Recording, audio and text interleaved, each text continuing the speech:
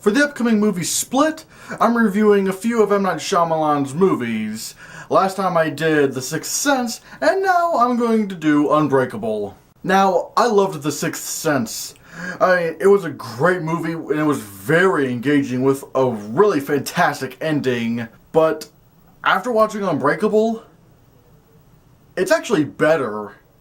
Unbreakable is not only an incredible movie, not only is it the most unique superhero movie I've ever seen, but I think it's also one of the greatest superhero movies I've ever seen. Don't go into Unbreakable thinking you're going to get a bunch of action scenes and skin-tight clothing. That's not what this movie really is.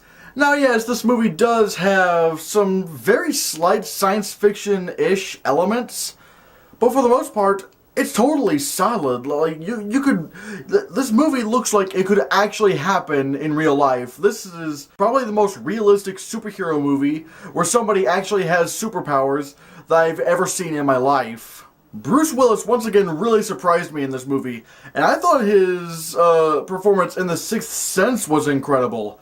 This is even better. Good lord, he feels like a real person.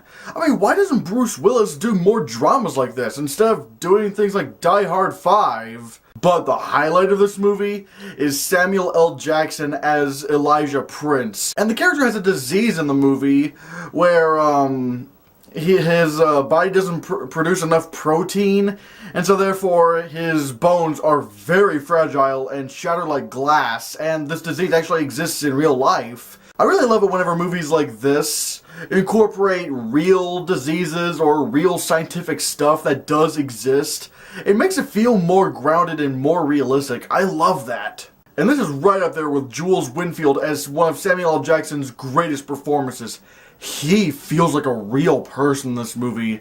You really feel sorry for him, and every time something bad happens to him physically, it just really sells. And another great thing about the character is that he's a comic book enthusiast, but you completely get why he feels this is a very underappreciated art form.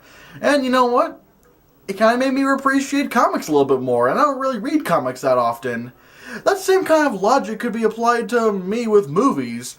And they did something similar to this with a movie that came out last year called Sing Street. And the main character in that movie was really passionate about music. And it kind of made me appreciate music a little bit more. It's just, I love it when movies do that, where they don't force their passion down your throat, but they still find a way to help you appreciate it a little bit more as an art form. And there are lots of really long takes in this movie. Some that go for like maybe 2-3 minutes, maybe even more.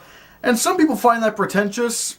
I mean, I don't really know why. I mean, if you can get so many things in one shot, then that just seems really cool. I mean, not only can you spend less time filming and you can actually get your film done early, but for some reason it also really engages me. Like whenever there's like a really long take on screen, I'm just transfixed onto it for a very long time, and it's, again, like in this movie, it's very well done. I love that. The music by James Newton Howard in this movie is really, really amazing. It adds so much dramatic heft, especially in the rescue scene.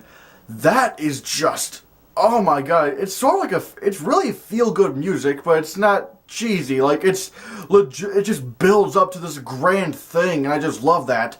James Newton Howard, I think, is one of the greatest musical composers for movies, because, in my opinion, he even saves a lot of M. Night Shyamalan's movies from being complete 0 out of 10s just because of the music alone.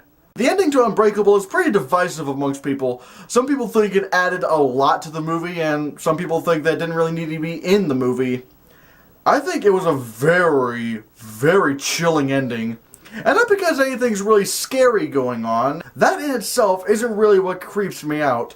The reason why it's kind of creepy, in my opinion, is the fact that this is basically a world where you're destined to become something.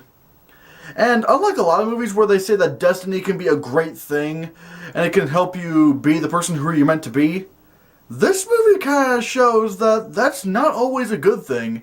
In fact, it can ruin people. The movie shows that without free will and without windows for change, you're always going to be the person you were always meant to be, whether it be for the better or the worse.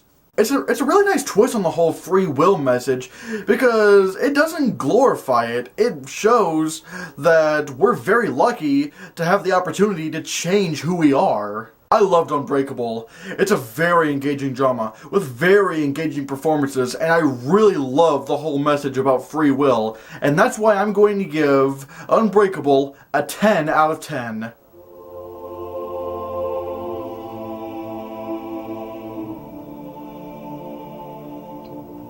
So what did you think of Unbreakable? Let me know down in the comments. Thank you so much for watching. Give this video a like if you liked it. And be sure to ring the little gray bell beside the subscription box if you want to be updated more on my videos. And speaking of which, if you want to see more, click this.